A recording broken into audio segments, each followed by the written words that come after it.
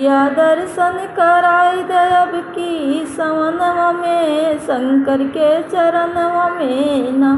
पिया दर्शन कराई दयब की सवनवा में शंकर के समनवा में ना।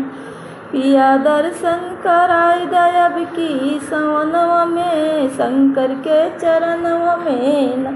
काशी मंदिर ऐसा पावन वहाँ रहबे पूरे सावन। काशी मंदिर ऐसा पावन हुआ रहबे पूरे सावन। शंकर जी भर दई है झोली बरदनवा में शंकर के चरणवा में ना।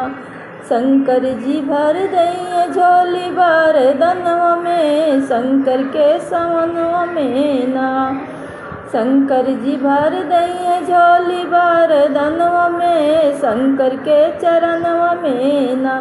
पिया दर्शन कराई दयब की सवनवा में शंकर के चरणवा में ना। पिया दर्शन कराई दयब की सवनवा में शंकर के चरणवा में ना। केहू चंदन लगावे केहू धतूरा चढ़ावे केहू चंदन लगावे केहू धतूरा चढ़ावे केहू भस्म रमावे बदनवा में शंकर के चरणवा में ना। केहू भस्म रमावे बदनवा में शंकर के चरणवा में ना।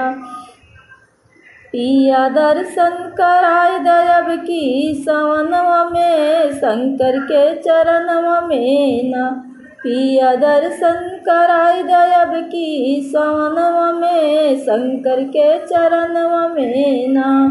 शंकर जी के द्वारे भीड़ भाई भारी शंकर जी के द्वारे भीड़ भाई भारी। केहू बेल पत्ता खोजे केहू जलवा चढ़ावे गगनवा में शंकर के चरणवा में ना।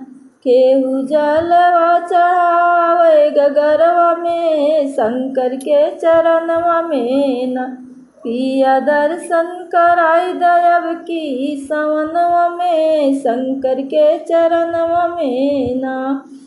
केहू आरती करावे केहू घंटा बजावे केहू आरती करावे केहू घंटा बजावे केहू भांगियाला कटोरवा में शंकर के चरणवा में ना। केहू भांगियालाई कटोरवा में शंकर के चरणवा में ना। पिया दर्शन कराई दा अब की सवनवा में शंकर के चरणवा में ना। पिया दर्शन कराई दयब की सवनवा में शंकर के चरणवा में ना। मेघ जल बरसावे मोहन मुरली बजावे मेघ जल बरसावे मोहन मुरली बजावे। भक्ति लीन बाटे भोले के भजनिया में शंकर के चरनिया में ना। भोले लीन बाटे शंकर मोहन मुरली बजावे भक्ति लीन बाटे भोले के भजनिया में शंकर के चरनिया में ना। पिया दर्शन कराई दयब की सवनवा में शंकर के चरण